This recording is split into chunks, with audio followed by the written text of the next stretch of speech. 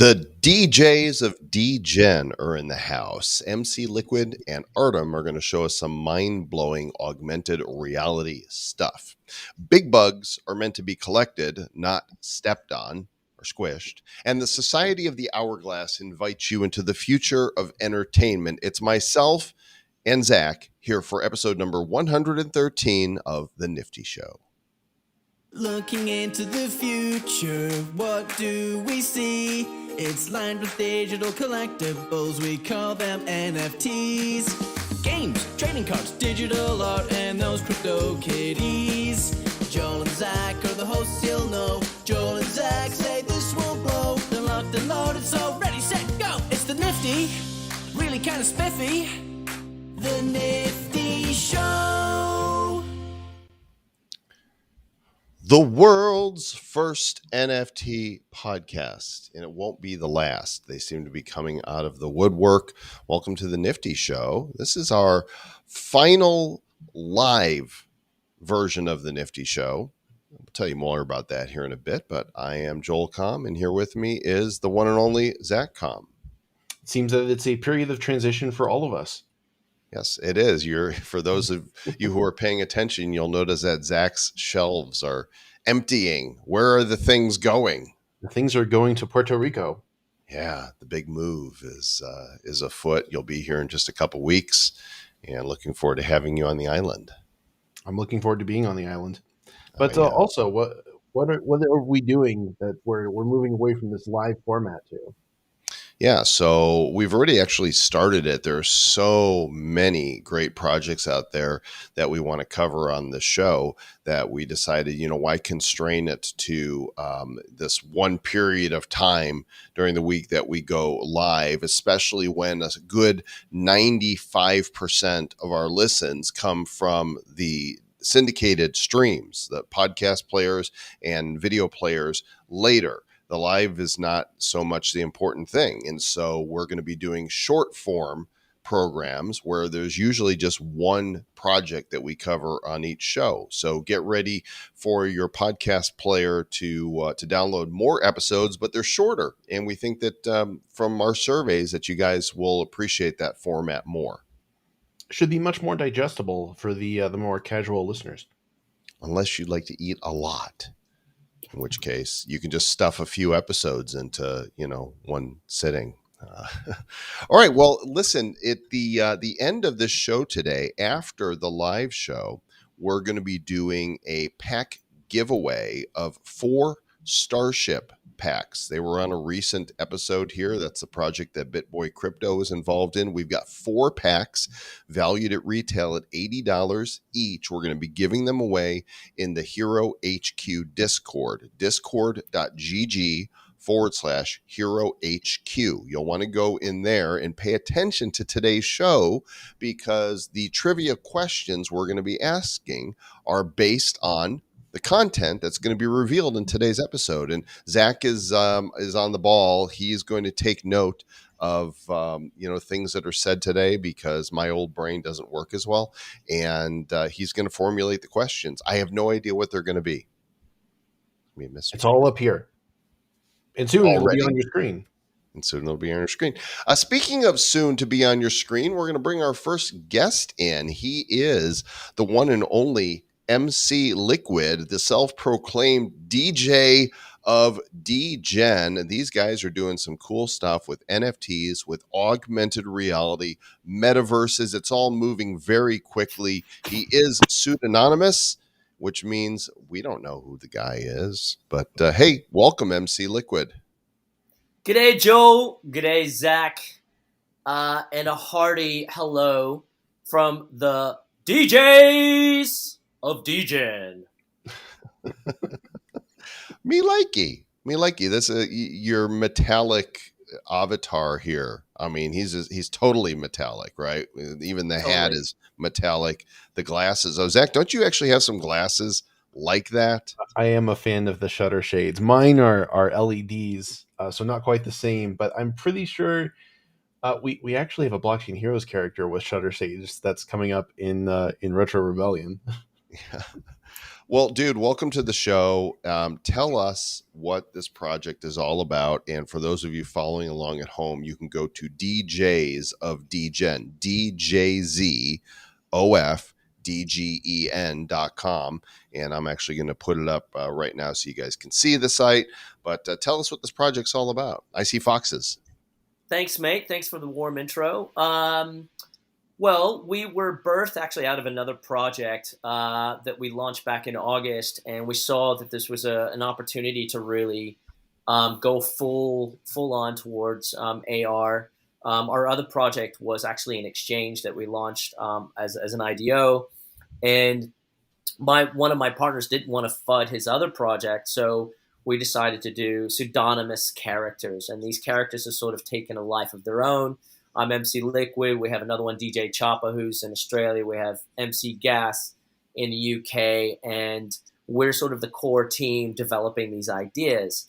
And the inspiration actually came from, you might know him, Balaji, who's the former CTO of Coinbase, and he's been talking really the last few years about this concept of pseudonymous economy.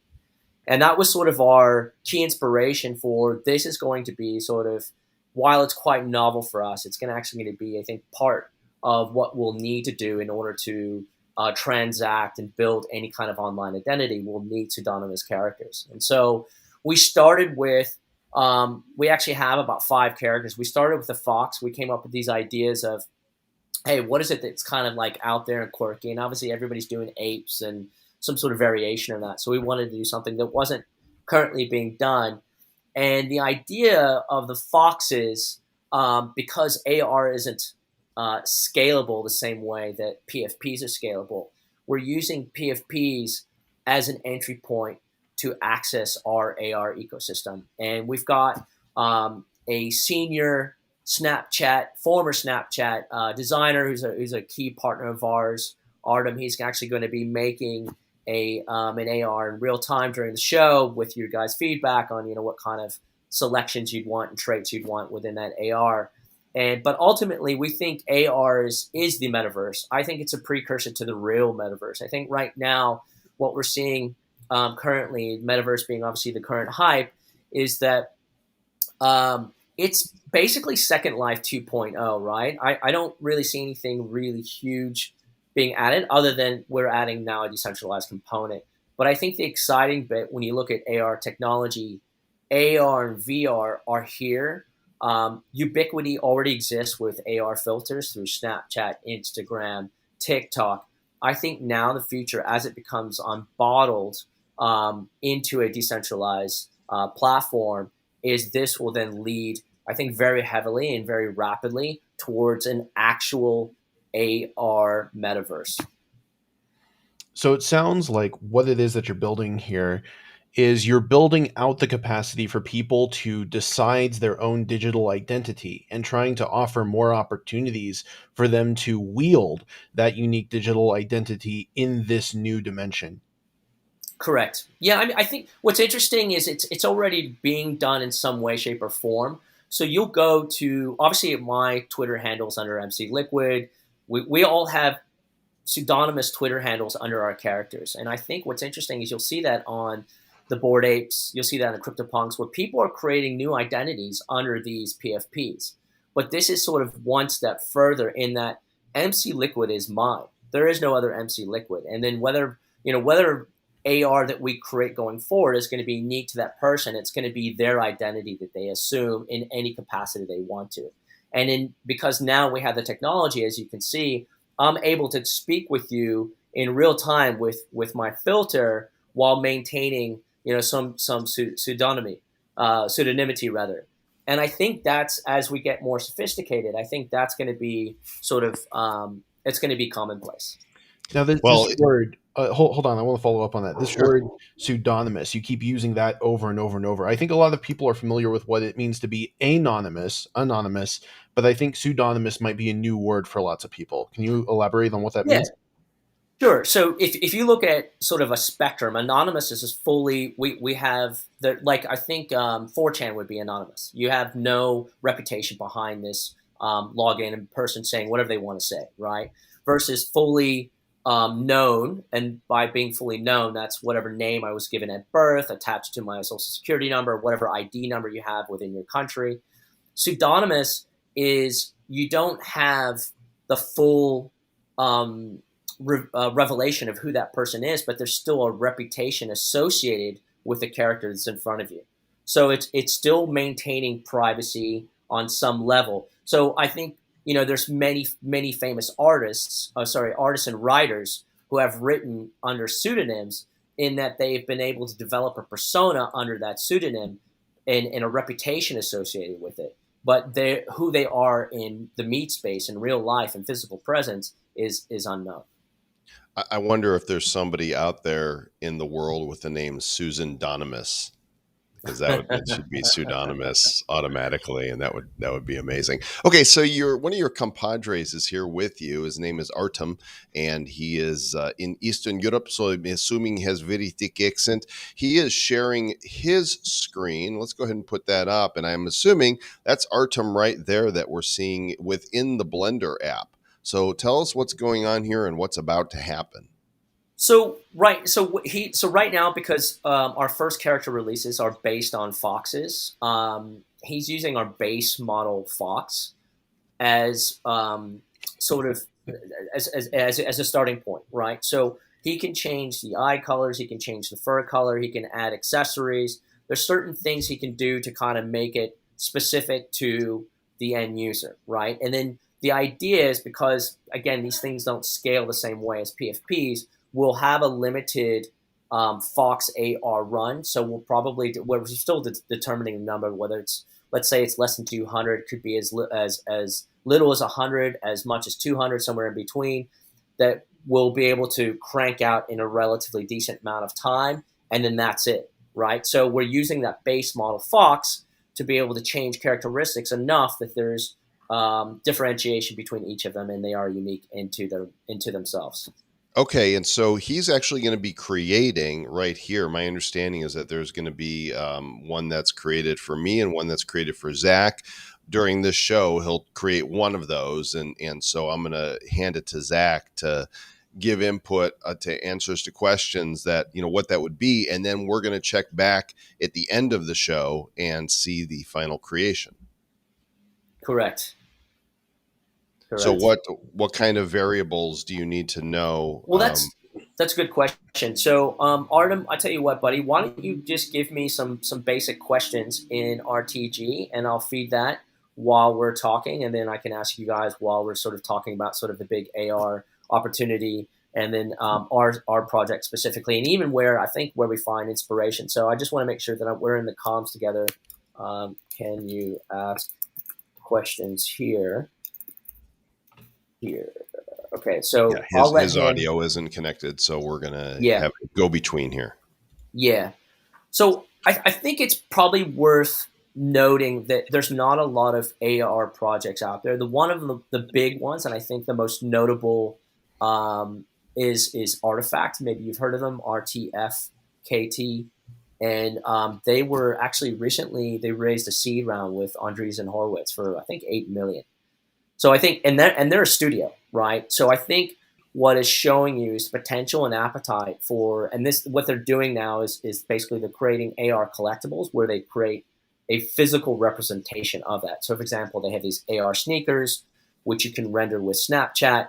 And then if you buy that then that they work with a shoe manufacturer of a custom handmade pair of shoes that matches that AR artifact. So they're doing some really cool stuff.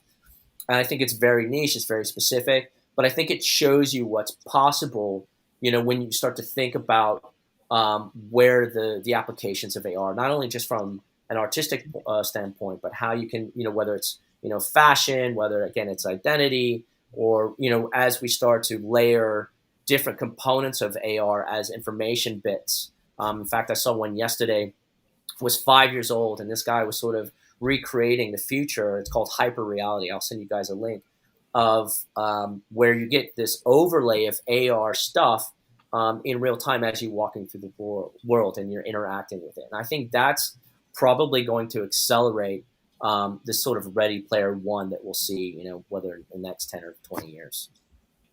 I get the sense it would be good for us to very clearly connect the dots here on AR use cases because, this cool effect that you actually have on your own camera right now, you're wearing an AR mask right now. This is one of the most clear use cases for this sort of identity. Correct. And I think identity is just one use case. So I think of, in my former life, I was partner in a media company, and we actually had a brand, a social media brand specifically for teenage girls. And I think teenage girls are absolute monumental tastemakers. So you look at Snapchat, for example. I think Snapchat basically rose to prominence overnight because it was an alternative platform that wasn't Facebook, right? It was a way for them to sort of engage with each other where mom and dad couldn't be looking over. And I think where you could see things going rapidly, especially when we start talking about digital artifacts and digital ownership, and I think NFT has sort of paved that way for us. You can imagine if I'm if I had a different filter, I could be a teenage girl. But you can imagine if I could have my own AR aesthetic, like AR fashion wear that would exist within the constraints of whatever device you're using. And then that then becomes a collectible and something that becomes your identity and your brand, right? So identity being literal, meaning like this is who I am, MC Liquid, or identity being this is how I express myself. This is the AR, fashion that I'm wearing. So I think that's probably a much bigger and a more exciting, I think, which will probably be more mainstream in some ways, and then that will then bring in other applications. We are heading towards a Ready Player One, and now it's hard enough as it is to get people to be real online. And a lot of people prefer to, have an avatar, a personality that they go by online. And so, if you would have asked me a few years ago what I thought of it, I might have been a little bit more purist, but now it actually makes sense for people to be able to be who they want to be and look what they want to look like. Well, and I think that's the interesting. Again, I agree with you. This wasn't something that occurred to me, and I think where biology rather has made it will no longer just be something out of a nicety. It will be probably out of necessity. One, for privacy. One, I mean, we're in peak woke culture, right? So for the fear of being canceled, if you're attached to your meat space name, that's your reputation in the real world. But if you have a pseudonym and you have more liberty sort of to speak, unfortunately we're losing our privileges to speak freely. If it's attached to a pseudonym and at worst my pseudonym gets canceled, I can at least reboot under a new pseudonym without fear of it affecting my my real and personal life. Additionally, from a security perspective, you can imagine, especially as we're becoming more crypto savvy and more crypto adoptions happening, I would be less inclined to put my real name, real face out there for fear I might be a target, whether that's from a nation state or whether that's from another individual who would want to see harm. So I mean, there's a lot of, I think your imagination doesn't have to go too far to see the application and a necessity that will be coming sooner than later.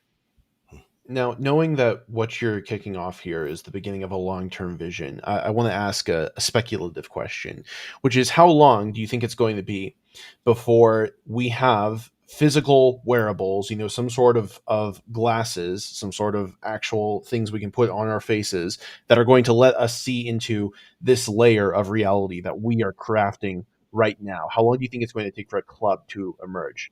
It's already here. It's already here. You know what? I funny this. The penny drop. This is why I think it's in front of us, but we don't know that it's in front of us. What's interesting is that you have this device already. This is an AR VR device right now. Even like 5-6 years ago, remember when you would slide these into these kind of like plastic headsets, and it's kind of like a clunky version of obviously an Oculus, whatever, right? You just took your phone. So what I find interesting is because I don't think we've connected the dots yet, that we have the hardware, we have the software. What we don't have right now, and I'm probably giving away more than I should, but we don't actually have a decentralized platform where you can render these AR artifacts. Right now, they're tied to the big players like Snapchat, TikTok, and Instagram, right? So because those things are centrally created and centrally owned, I think there will be a technology, and I don't think it's that hard to create a technology that sits outside of these major players. I think once you have that, then it's just a matter of assembling all these pieces, and that then becomes that again. It's already here; it just hasn't been assembled in the right way where you have that uptake. We've got just a minute left here. Do you have some questions for Zach? Yes, for I taking? do Go actually. for it. So he said, "What kind of fur would you like to see?" And what is the most weird thing that you'd like to see a place? I don't know whether it's maybe like a nose ring or an earring, or it could be like something special you'd like to see, something that's something that specific to you. And then do you have maybe some particular sunglasses you like? So if you can do my pink shades, you can do the CryptoPunk shades or Boss shades or whatever. If you give him maybe some direction there, he can take that. So I think fur, eyes, and maybe some sort of accessories that you might like to see, then he can go off and He's run with already that. furry. Look at him. No, I can answer that question very specifically. Yellow fur, purple eyes. Yellow. And I have a picture that I use for my identity basically everywhere, which is me wearing those LED glasses. So those LED glasses would be perfect. I guess I'll just need to figure out how to send that file over to you. Yeah. And look, if we don't finish it this time, obviously we can finish it post show. I think what's cool is just we're capturing some of the process, the creative process, and then maybe towards the end of the show, you can just sort of see where he's come up with, and then we can do the finer details. That's perfect. MC Liquid, we'll check back with you a little bit later here. The website for all y'all to go see DJs of D-Gen, DJzofDGen.com, and you're going to want to tune in. I'm sure you guys have a Discord that people can join, so they are hip to everything that's coming up. And we'll talk to you soon, man. Thanks so much. Cheers, guys. All right.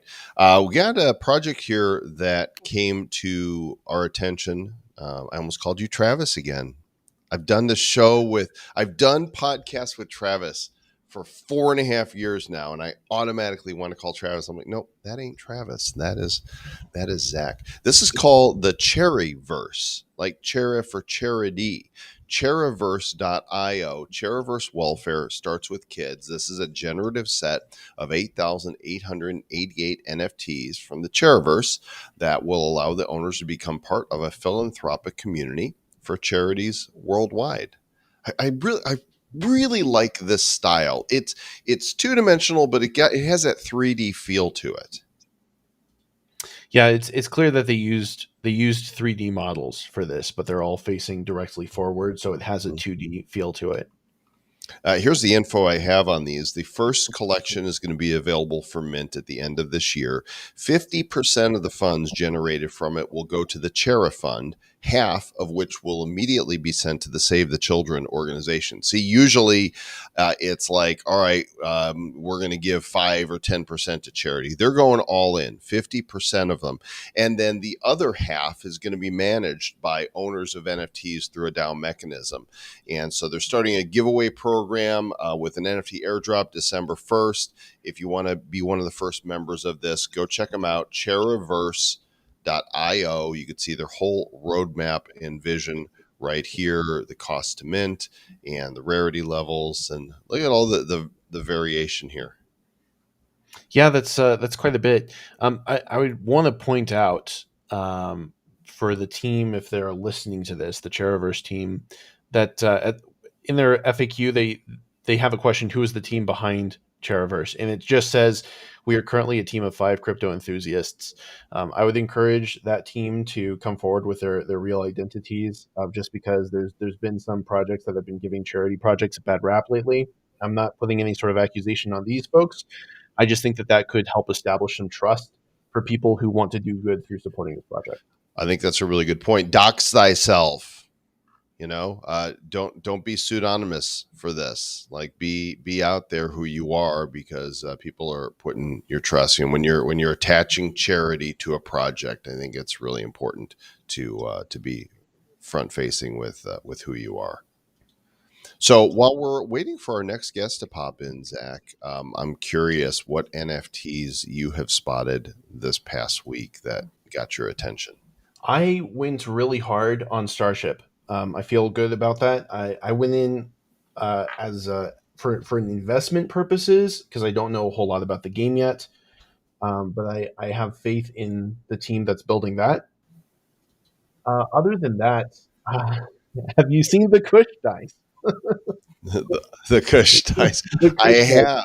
I dice. have. They're amazing. The work for Draco Dice has just been fantastic, and we are still dropping the promo dice from the various promo partners. I've got my set of Kush dice here, so I'm going to pull them up on in my inventory, and we can take a look. I mean, these are just it's this mix of, it's bass because it's weed, but it's got this lounge feel to it that is just impeccably beautiful. It's a great combination of extremely obnoxious and yet somehow high end. It's got that sort of luxury feel to it. I wish I had my eyes on more NFT projects recently, but as you know, I'm a little pressed at the moment. There's a lot going on. There's a lot happening in the NFT universe right now, and we are prepping for our next Blockchain Heroes release. But I wanted to bring this to the attention of viewers. We re-released Series 1 of Blockchain Heroes with different variations. They're not the same. The only ones that are the same as the wax is the uncommon cards are pretty much the classic artwork that you're used to on wax. But the commons are the only ones with the nameplates. This is on the internet computer. And this is the that you purchase these packs for ICP. And you can see we've got some new variation to the Da Vinci Rare. The Epic Sketch is now a blueprint. The Legendary Shockwave without the nameplates and some new embellishments. And then the Mythic Miasma, which there's only 4 of each of these heroes. You could see here that 4,302 packs have sold out. There's only 648 left. So if you want to pick them up, go to entrepot.app. You can see it right up here in my URL bar. Actually, if you go to the main page, it's the first thing that comes up right there, and just click on it, and it will take you to the page where you can buy 1, 5, 10, or 20 packs. And you're going to want a Stoic wallet in order to hold your internet computer currency. The website for that is stoicwallet.com, STOIC wallet.com. That's where you can go, and you can pick up ICP on a lot of exchanges. It's popular where you can find it on, I think even Coinbase has ICP. And we're also doing a collection event for these collectibles, aren't we? We are. So the creators of the internet computer are the Dfinity Foundation, and Dominic Williams is the one leading the charge on this fully decentralized blockchain, and we really like the project a lot and are having further conversations with them about helping them as marketing advisors, and haven't nailed anything down yet, but we're in conversation. And so there is a card called Sir Singularity, which is inspired by Dominic. And for those who complete full collections of any of the variations, so there's 50 heroes, all 50 commons, all 50 uncommons, 50 rares, 50 epics. Doubtful that we're going to get anybody to collect all 50 of the legendaries or mythics because there's so few, but there is a Sir Singularity in each variation, and there's going to be a snapshot that takes place. So what's going to happen is the secondary marketplace for these cards is going to open up on Monday around, I want to say 2 UTC. And then the following Monday is when we'll do the snapshot on these. So Now, correct me if I'm wrong, but doesn't this make Sir Singularity the first Blockchain Heroes character to not exist at all on Wax? yes, you are not wrong. You would be completely right about that. We are expanding outwards. And that's of course just the beginning. Just as this is only series 1 of the Entrepot release, and it seems pretty obvious to me based on the success that we've experienced thus far, as series 2 is impending, right?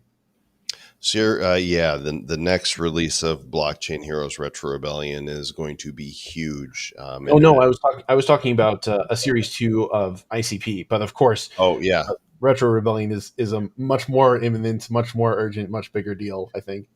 I'm going to shoot a quick message over to our guests and let them know that they're missing their big opportunity. Actually, they just mailed us and they're going to the wrong place. So I'm going to tell them right now. Well, do we want to move on to the other shout out that we've got lined up for the show? Yes. Go for it. Right. So people have been following us may know that Joel's been advising on, and I've been part of the creation of a cartoon called Super Doge that is associated with a number of tokens, the SupDog token being the first token that the project has launched.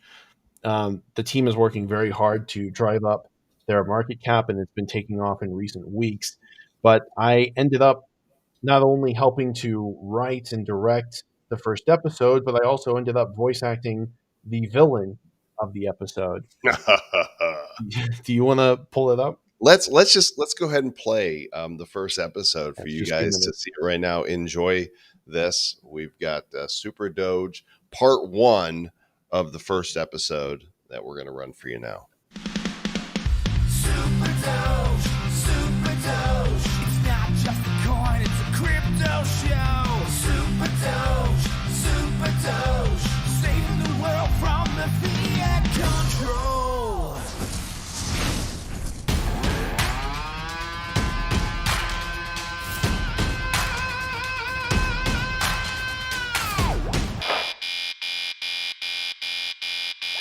Yo, Dogeback, we have a situation, man. Cannot wait, Toshi.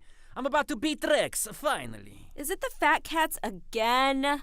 Yeah, some fools sucking up the souls of everyone in Fiat City, freezing them into NFTs. What's an NFT? Notorious felon terrorist? So an NFT is a unique token stamped forever in the blockchain that can't be duplicated. This means non-fungible. Like these. He's strapping souls, man, putting them on chain to be sold on the open seas. Oh no, that's terrible. That's genius. And very evil. Suit up, Dogeback. This one's not for toying. Noodles frequently tasted? Nuanced fermented tigers. Enough. Team, let's chain up.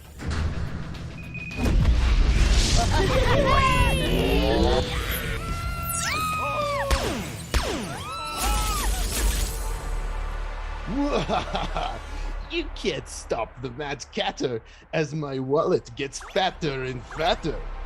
Wait, I'm confused. Fiat Cats deal in fiat cash monies. Why he is minting people into NFTs? Because, genius, you can sell an NFT and that's all they care about. These cats are too greedy. They must be stopped.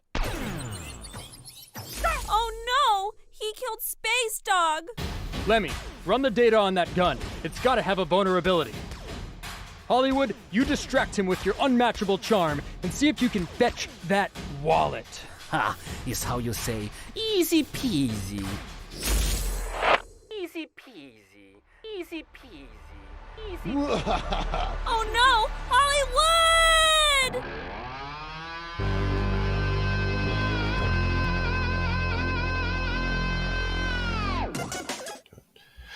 And go ahead and put the screen back up for a second, though, so people can see you can get a free NFT when you join up at superdoge.io. And you just want to, it's like a program where you invite a friend and follow them on Twitter and all this. You earn a certain number of points and you can get one of these limited edition free NFTs. And Zach, good job on the voice acting there. Thanks. There's going to be a lot more of that in part 2 of episode 1, which is going to release probably in a couple weeks.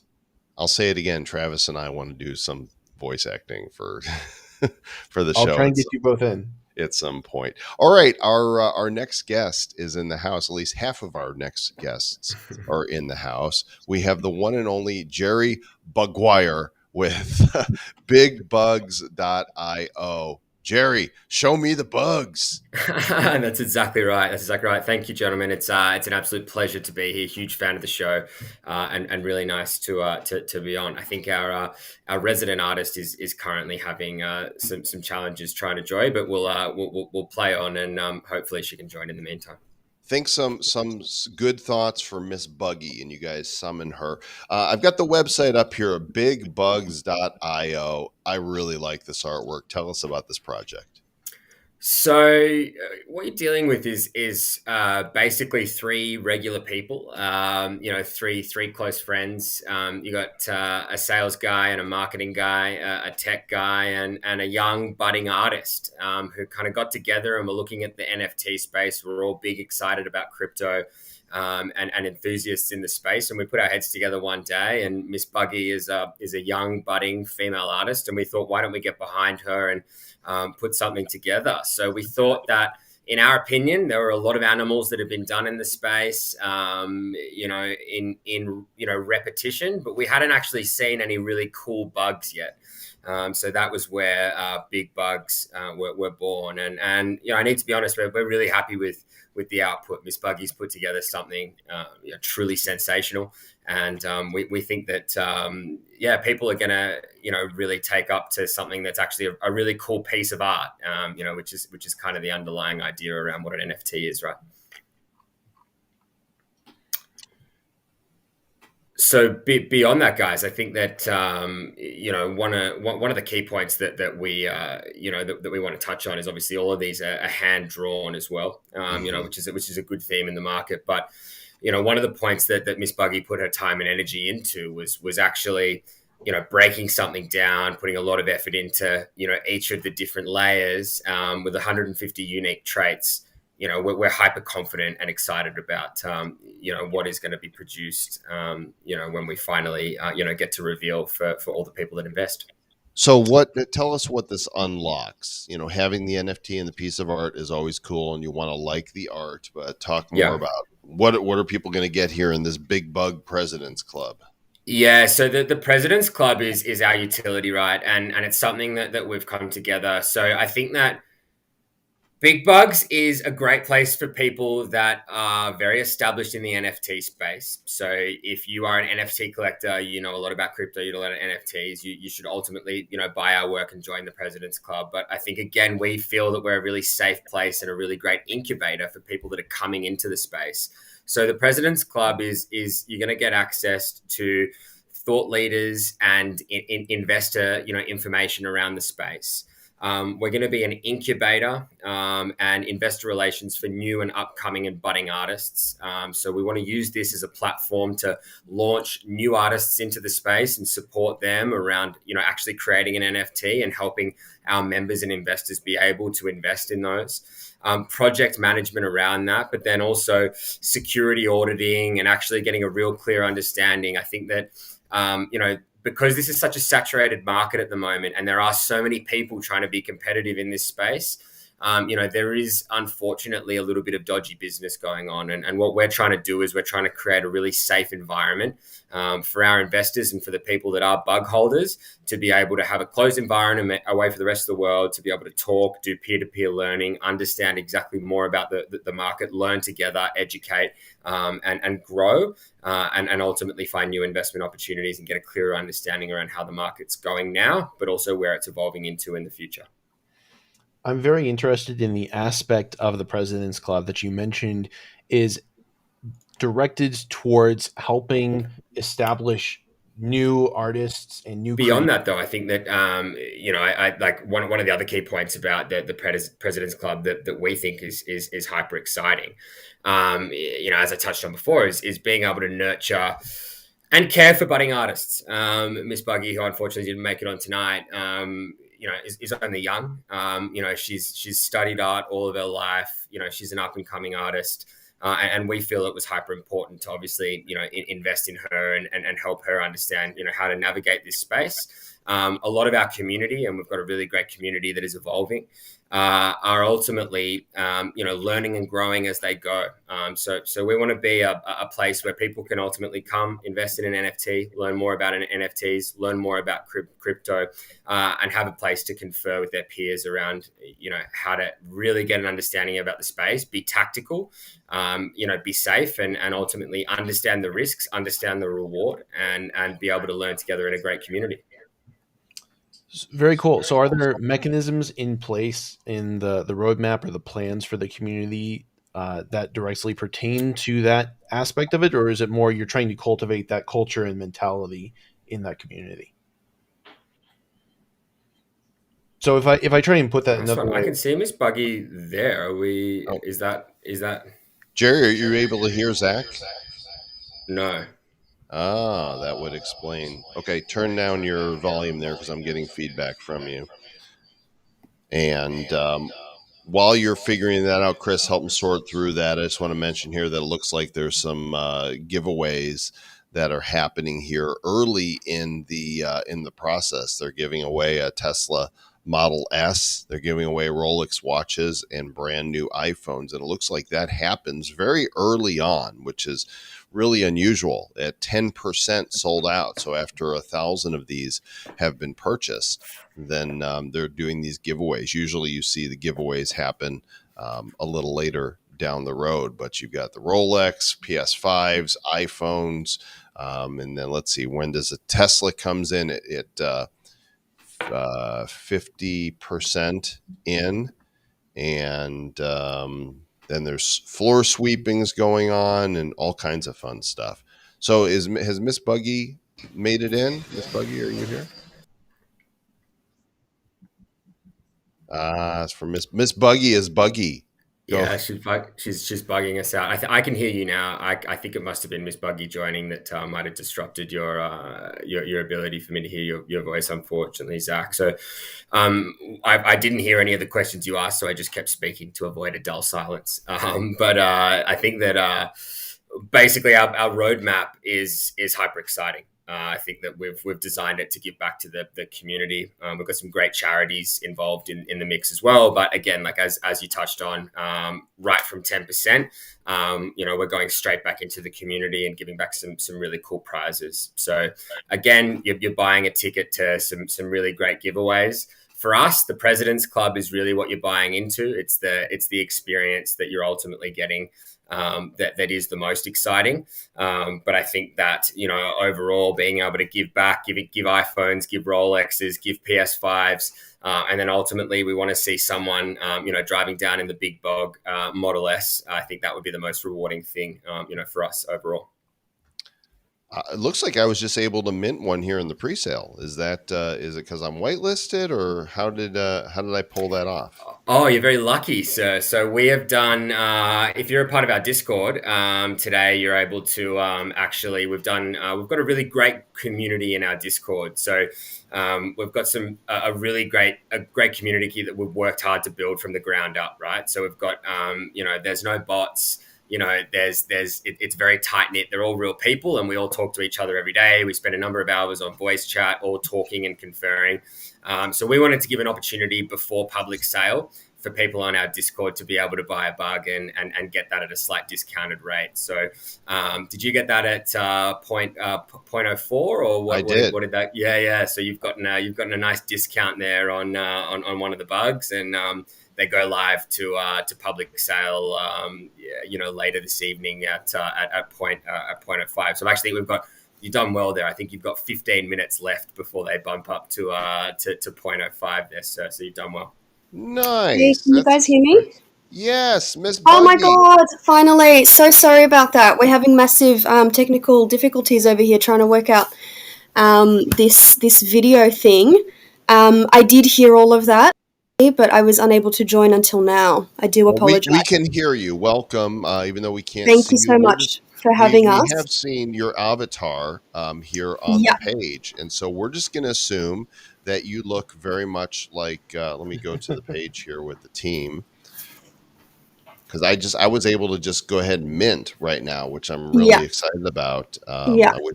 So you are, let's scroll down here to the bottom. I'm just going to assume that this is what you really look like with the frog on your head. Yeah, I have purple skin, glasses, and green wings. And I do have a bit of a frog obsession as well. So that's how I've chosen to portray myself.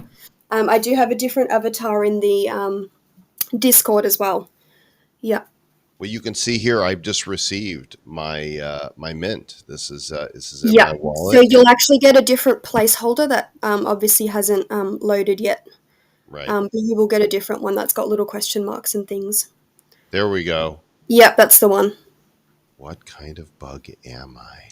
So many possibilities, endless combinations of assets. So when will big bug holders find out what the bug looks like? There is a placeholder that- Well, we're having. It sounds like we're having some weird audio issues here. So I think Zach, did you ask when will the bugs reveal? Yes. Yeah, he wanted to know when they're going to reveal. So that's going to be at 50% sellout. Okay. Yep, that we're going to reveal those. So why bugs? Look, I've got to say I've probably always had a bit of a bug obsession in my life. I've always been a very sort of creative individual, and my bug obsession got a little bit worse this time last year when my partner Bugwild, who's one of our partners in this project, actually gifted me for Christmas 2 ant queens to start my own ant colonies at home, and that is kind of where that derived from, I guess. Bit of a weird obsession, but it's grown into a whole big thing for us. So I've been nurturing these queen ants, and their colonies have been growing steadily for a year. I guess that's where it came from. And we did obviously notice kind of a gap, I guess, in the market. Didn't notice many other NFT projects using bugs, so we thought that that was a good point of difference for us to explore. And also as a creative, I think there was a lot of potential for me to explore different assets. Like with the antennas and the wings and multiple eyes and stuff like that. I don't think there's any on the website now, but some of them have. There's one there that's got 3 eyes and stuff like that. Like that's a very buggy feature that has been really fun for me to play around with. So what would you say your favorite attribute in the collection is? I have to say, I think that the brain hat is probably one of my favorites. Yeah, that one there with the glass. Yeah, that's one of my favorites. I know my mom's really excited. She really wants to get one of those. So that's going to be quite a rare one. That's actually one of the earlier designs that I came up with, but definitely one of my favorites. Absolutely. I like this. I just see this as a very French bug. Well, I am actually French, so I've tried to include a few of those elements in some of the designs as well. Like I've got a little beret, which we haven't had any sneak peeks of, so there's going to be a little beret. I want to include a little baguette or something like that at some point, little striped shirts and things as well. How about an Eiffel Tower background? Is it too late? That's actually a good idea. I hadn't thought of that. Yeah, so we do also have some more rare backgrounds, like the one you can see with the space sort of theme background, with the planets and stuff. So those ones were obviously a lot more detailed, and they're going to be a lot rarer. So I've got a few of those. I've got like a little forest one, and Eiffel Tower's not a bad idea. I might have to pop that one in as well. Très bien, mademoiselle. Very good accent. Very nice. I had many years of French and can speak very little, but I can. Wow, I love it. Yes. Well, this is great. I'm glad that you were able to get in so we could hear your voice and not just see your bugs. Everybody can go mint on what is the official launch date and time there, Jerry? So 10 minutes from right now is when public sale goes live. So in 10 minutes, it's 3 p.m. PST. So we're ready to go. So this is a very timely instance. We're doing some strategic partnerships. We're super excited to be here. I think that I also wanted to announce that we're doing a 10 bug giveaway for your listeners on Gleam. We're obviously hyper grateful for the opportunity to be with you guys, and the website is bit.ly/bad crypto bugs. All right, I'm going to go there right now. bit.ly / bad bugs, crypto bugs. Yeah. plural. There we go. Bad crypto bugs. There you go. There's a contest right here for you guys. You can win one of these. Enter right here. Connect 10, up on Gleam. 10. You can win. 10 There's bugs. up to 10 bugs we're doing. Yeah.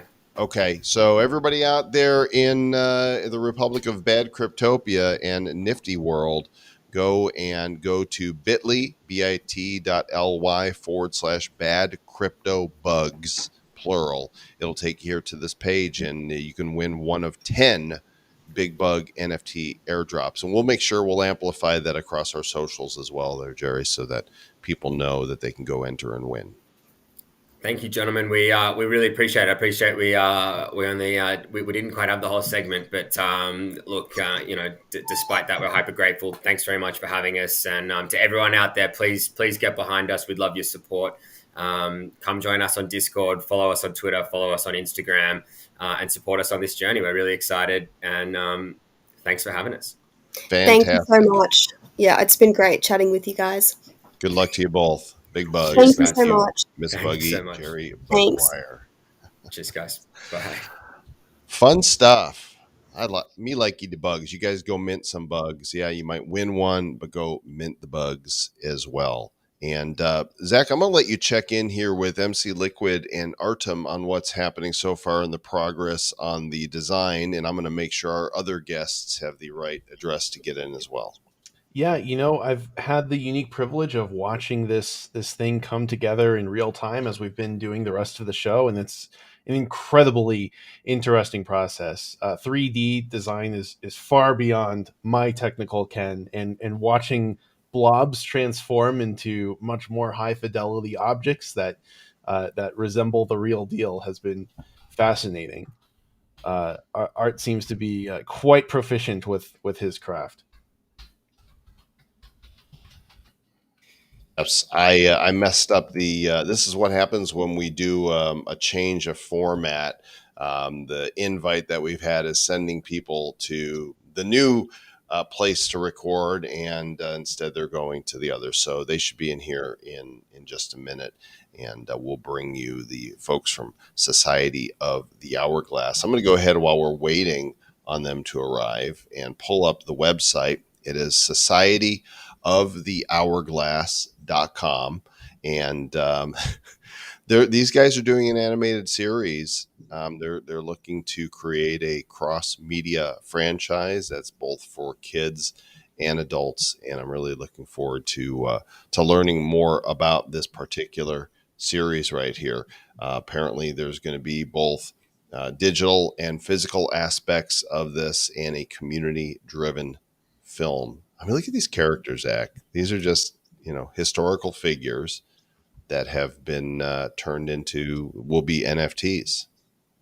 Well, what really fascinates me is if you look at the top of that very graphic, there's a timeline that proceeds through different eras of world history up to some things that haven't quite happened yet. So it starts at the Ice Age and then goes into ancient Rome, feudal Japan, but then it ends with cyberpunk Los Angeles and Mars Base 7. So clearly there's a lot of historical influence here with a lot of actual historical figures like Marie Curie.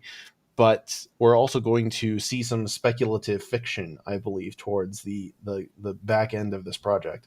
So I'm assuming that the characters themselves, the historical figures, are rarer, right? Because you've got 100 competitors here as they race across time. You've got stewards, and then you've got 8,500 citizens that are in the set here. So odds are you might get a stocky, a skinny, a shady, a smiley, an oldie, or a junior. That's me right there. I'm the oldie. I wonder what the unique privileges that are associated with the competitors and stewards will be. But it looks like we've got Josh from the Society of the Hourglass in here now, who might be able to elucidate for us. Hey, Josh, sorry for providing the wrong link from you there and keeping you waiting. But we've been checking out the site and looking at your cool NFTs and project. So welcome to the show.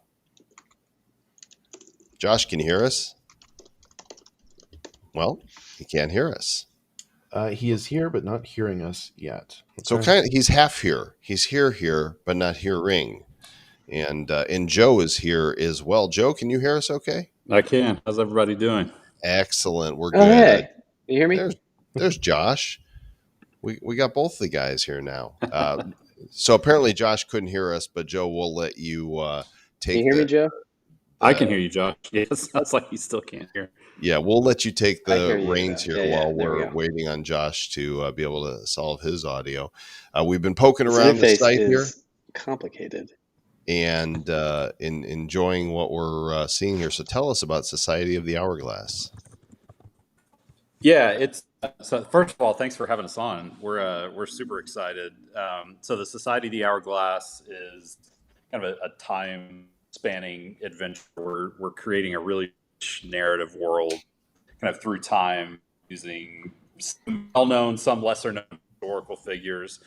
We have a goal of building an entertainment brand and kind of leveraging the power of education through entertainment.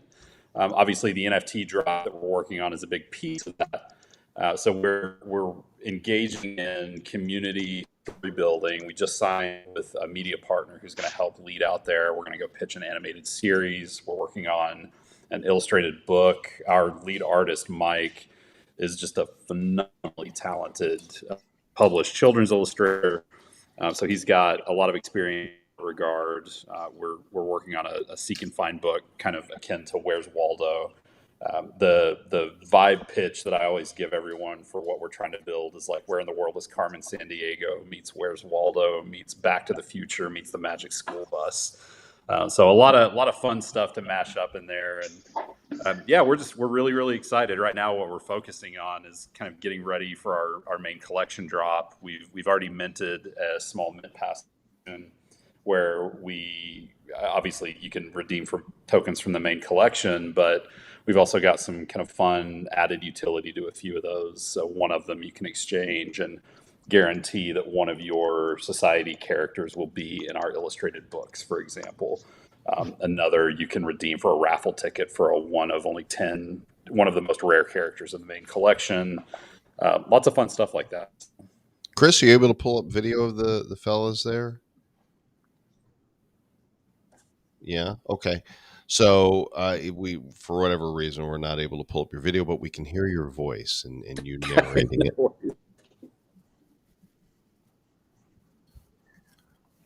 So would it help if I back out and jump back in without that in there?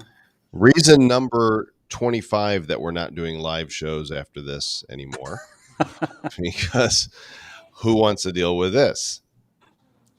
So not me, just for the record, because you never know what you're gonna get. Yeah, so kidding. We'll try to send you a good one though, even if you can't. There's Joe. There we go. We got your face up there now. So how is the sale taking place?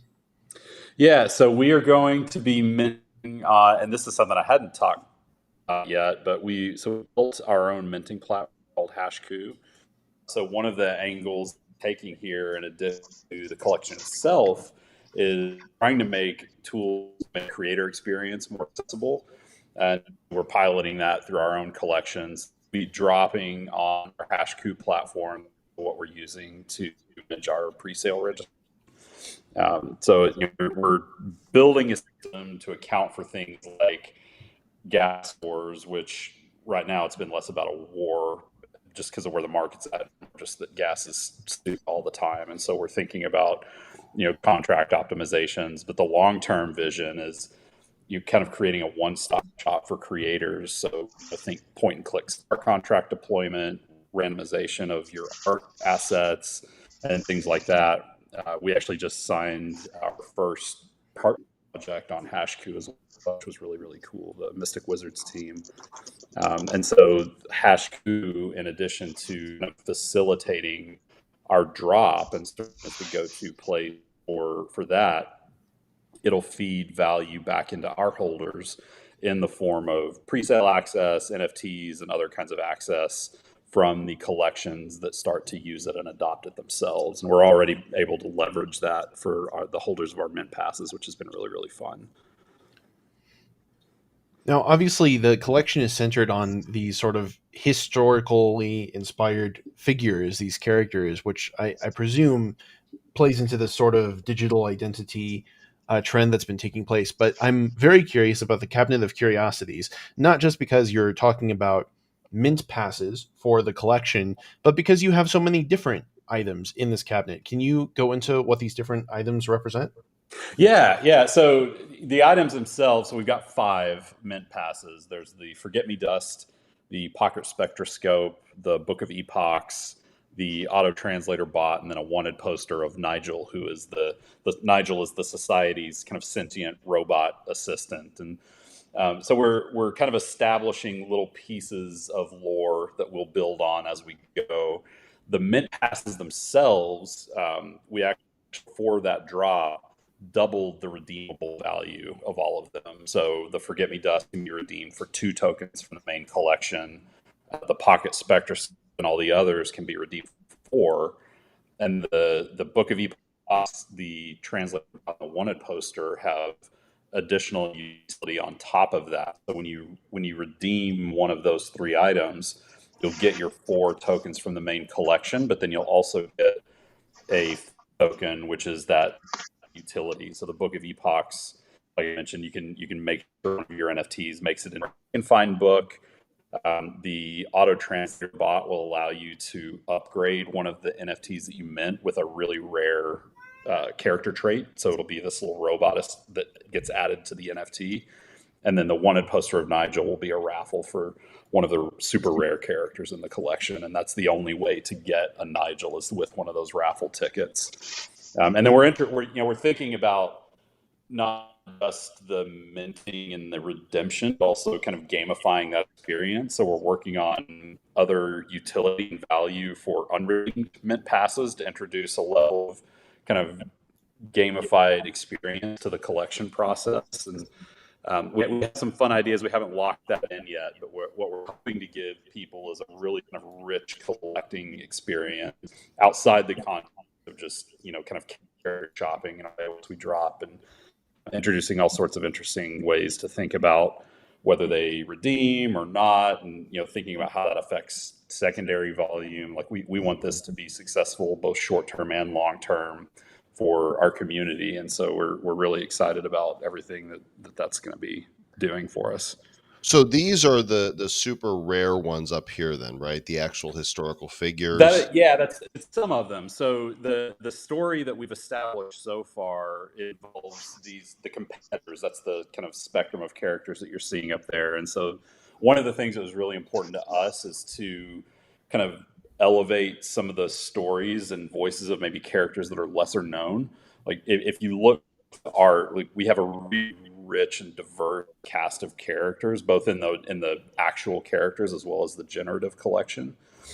So the competitors will have 12 of those across about 5 different time periods each, and then we've got like Nigel, who will have 10 of in the collection total. We also have the stewards, which are characters that are already in the society. So the story is going to kind of follow the competitors as they go through time, and they're kind of having to both compete and work together on things as they kind of vie to join the Society of the Hourglass, which is this kind of omniscient, ever-present organization that's always existed in the background. And the generative characters, and we've got a lot of different positions and body types and sizes. It creates a really, really rich looking collection. Our pieces are body.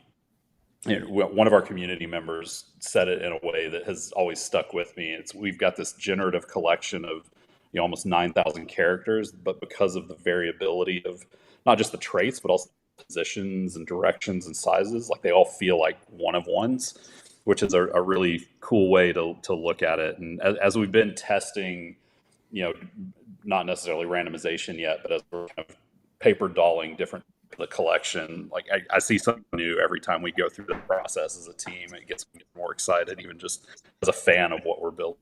I'm on the team. Josh, do we have any audio from you yet? Yeah, I made it. Oh, there we go.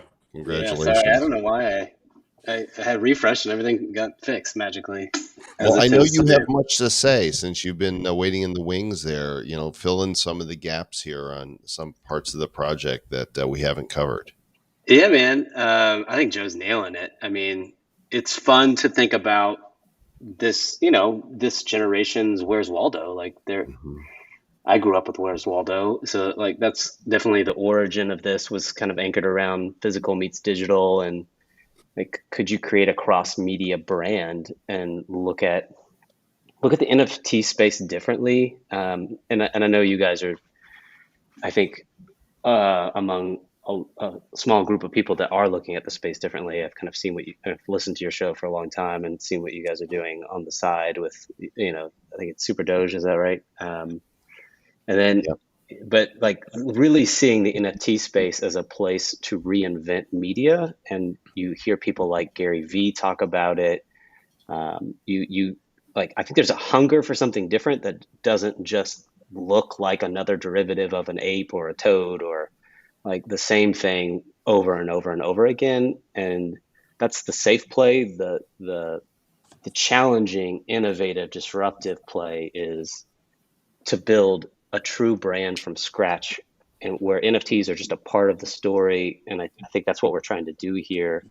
And this partnership with Jump Cut Media is kind of the next level of that, of, oh yeah, like we can partner with an executive producer who has done shows at Disney and Netflix and with Amblin, Steven Spielberg's shop, and they can help us really flesh out, and have already started to flesh out, what it would look like to turn this kind of high level framework of a story and lore into this community first media brand, and look at, is this an animated series or film, and how do we pull the community in to making decisions like, do you want Jason Momoa to be Blackbeard the pirate? Or, as we pull in writers to into the process, have writers pitch the community like a writer would typically pitch, an executive producer, and let the community be a part of that process. So I think there's just a lot happening all here at once. That's like, this is truly building a brand, not an NFT project. Like this is building a company and an entertainment brand, and trying to push forward, education of what NFTs can be, and stop, be a part of the story that is NFTs are much bigger. Like the power of smart contracts is much bigger than a JPEG. That's kind of what's underneath all of this for us. That's the driving motivators to be a part of that. Now, the most mysterious part of this entire project, I would say, is the titular society of the Hourglass, with their first mention on the show, I think, being that they are this omnipotent organization that's sort of pulling the strings behind the scenes. Can you tell us anything more about what that entity or group looks like? Yeah. I mean, it's interesting. Like we have ideas and we have seeds that we've planted internally around how we think they are, but that's one of the things that we're wanting to build with the community, is kind of taking this idea of, if there were this omnipotent group of people in the scenes, not necessarily pulling the strings, but maybe influencing like the sands of time, what would be their motivation? Why would they do the things that they do? So we want to use kind of these starting points that we have, and rather than dictate those from a top-down perspective, kind of guide and lead the community through helping us flesh out what that looks like. And especially as once we launch and really pull in like access to those levels of influence, and being able to contribute in is going to become more exclusive to holders. And so thinking through the dynamics of that influence, like at scale and for any one person versus a large group of people. And, I think we believe we have some really fun ideas around what that looks like, but we also believe that our community does as well. And so I hesitate to go too far into committing to any one avenue, just because I think there's a multitude of directions this could go. Even just as the other day, we were talking with Jump Cut around some early ideas around motivations for different character types and how that might affect the story of the series. How does that affect the books and other things? If you apply that type of thing even to the society, like what does it look like? Different types of personalities at play in an organization like that. And It's all exciting stuff. Yeah, it's Bringing super Web fun, right? Like we 3 could to geek out on Hollywood. potential for story all day long. I think that's what gets us excited. It's not just specific ideas around the society; it's the potential for selling at this type of scale and being able to use that to bring in new people into NFTs. I keep telling people like our goal is to on generation into NFTs, and that starts with today's generation, the people that are here now, and so I think we've got a lot of really fun things planned for how we're going to do that. I love that there's a book tied into this too. It's funny because with NFTs, I'm always talking about how now it doesn't take up space, just take up space in my wallet, which is to say no space at all. And then I start collecting these fidgetals, these physical items, and I just because it's still NFTs and it's still collectible, and I love it. Gents, thanks for coming on today. You don't have a mint date yet, is that correct? Correct. We do not have a set mint date. We're hoping to be able to soon, but right now the thing that we're driving people towards is getting ready to really kick off the community story building efforts. It's going to start kicking off in earnest this week in our Discord. So the sooner people get in, the sooner they're going to have that kind of exclusive early access, being able to shape that as the launch progresses. Perfect. Guys, get in there. Societyofthehourglass.com is the website. Joe and Josh, thanks for coming on and sharing with us today. Awesome. Thanks. Thank you, guys. Blast. Take care. Very creative, Zach. I mean, we got to keep next leveling these NFTs, and looks like these guys are going to pull it off. Well, Society of the Hourglass is tapping into something that makes them ahead of the curve, because a lot of the most successful NFT projects I think that we're going to see come out within the next few years are going to be 360 media companies that built multimedia efforts out of a foundation of non-fungible tokens. And I think that what we're seeing outside of blockchain actually reinforces that. I'm going to take a brief tangent here. If we go to see what is happening with League of Legends right now, League of Legends is one of the most played games of all time, extremely popular, free to play, online multiplayer game.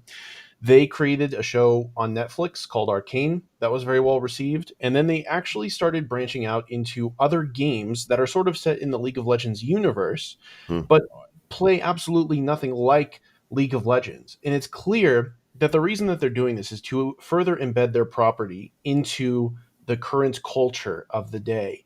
And I think that that is what Society of the Hourglass is attempting to do, and what we're going to see more and more companies attempting to do, especially leveraging blockchain and non-fungible tokens.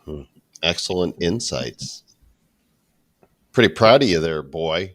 It's almost like you're my son or something, coming up with these great ideas. Suppose a leader that doesn't fall far. Yeah. All right. Hey, listen, let's check back with MC Liquid and Artem to see how the Zach inspired Synonymous piece is coming along. What are we looking at here, Liquid? It's Artie's doing his magic. I'm impressed actually how fast he's moving. I actually have never seen him do this stuff in real time, so it's also a treat for me.